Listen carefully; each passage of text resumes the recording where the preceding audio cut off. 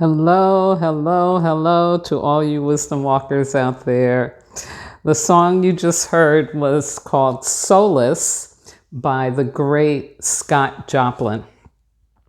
And Scott Joplin was called the King of Ragtime. And ragtime music, which he helped to elevate, was one of the first original musics of the Americas, and it ultimately led to jazz. Scott Joplin was born in 1868, only 3 years after the end of the Civil War. And so he grew up in the Reconstruction period, was fortunate to have a mother and father who loved music and literature and culture. And so he was able to get educated. And of course, as a black male in America at that time, what he did to play his music, perform his music, was he worked in bars and whorehouses. And he was in New Orleans, he was in Chicago, and eventually he lands in St. Louis. And this is where he begins to really take on getting his music published and, you know, starting to really get some notoriety and some fame. But unfortunately, as is so typical of so many stories of people in Reconstruction, the dreams fall apart when they, in their attempt to do more, to become more, they hit that wall, they hit that ceiling. And so he created one of the first, it may be the first, folk operas in America, called Treemonisha. Google that. It's a very powerful story. And again, it is done in the style of opera because he was very educated in classical music and forms. But he wasn't able to really get it produced. He gave a performance that just didn't go as he would have liked. He was the only one, he was the only music in it, couldn't get a band or anything. And anyway, after that, he fell into a deep depression and ends up in New York City and no money. He had been married. He was married at the time, but he just suffers a nervous breakdown and ends up getting diagnosed with syphilis, and the kind of syphilis that eats at your brain. So yeah, he went crazy and ends up dying in New York Psychiatric Hospital in 1917.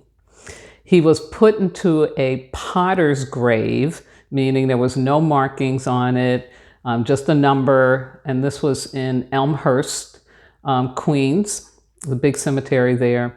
And it's not until 58 years, about 58 years later, when Marvin Hamlisch takes and uses his music for the movie The Sting with Paul Newman and Robert Redford, that wins an Oscar for the music, how Marvin Hamlisch used it. And the movie, I think, won best movie of the year. And this kind of resurrects Scott Joplin. And so most of you probably, if you know that movie, are familiar with his ragtime piece called The Entertainer, or The Maple Leaf Rag, yeah. And so after he gets resurrected, then he gets a marker on his grave. And Treemonisha, his opera, gets produced and is finally shown to the world. So he was such a genius, and again, just such tragedy. You know, he was only 48 years old when he died. Yeah. So this month on Wisdom Walk Talk, I am going to be talking about breaking the cycle of pain, because the theme for this month is Heal Ancestral Wounds. And so I'm going to be in the first part explaining to you about historical trauma and ancestral wounds and the impact that they have. And then in the second part, we're going to talk about some of the ways in which we can take on healing those wounds. And of course, February is Black History Month. And so I will be highlighting some Black people who have done amazing things, like Scott Joplin, under the most severe, oppressive, mean-spirited conditions on the planet, but that somehow they were able to persevere and bring out something that made a big contribution to the world, to humanity.